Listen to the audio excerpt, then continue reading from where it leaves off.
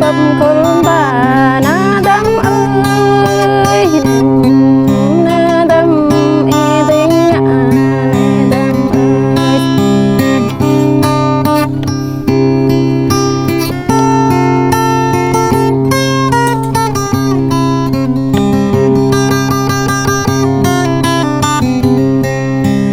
đam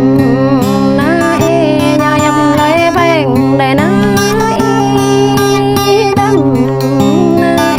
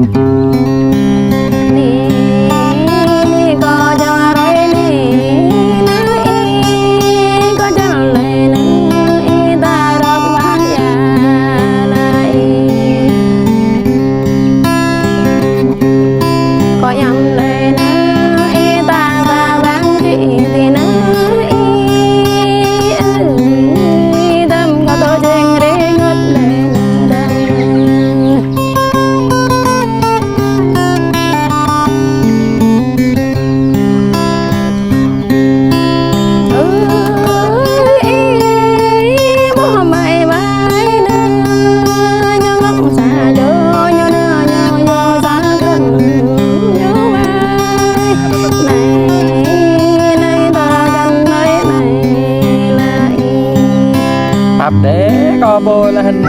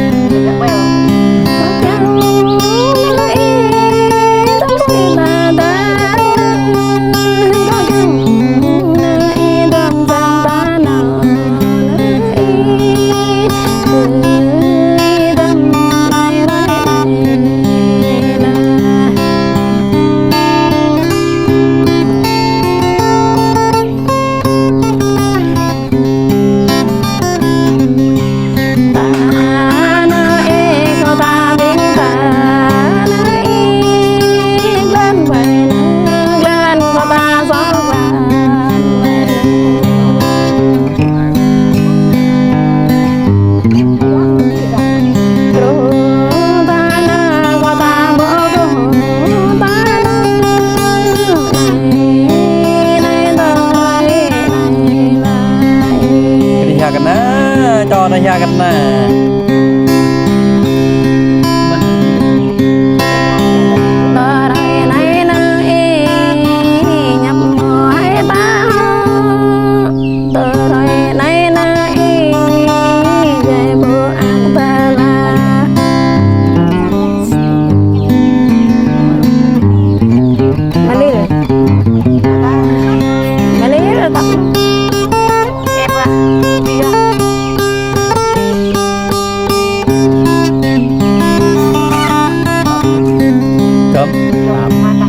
cao 9 phút nữa xa cao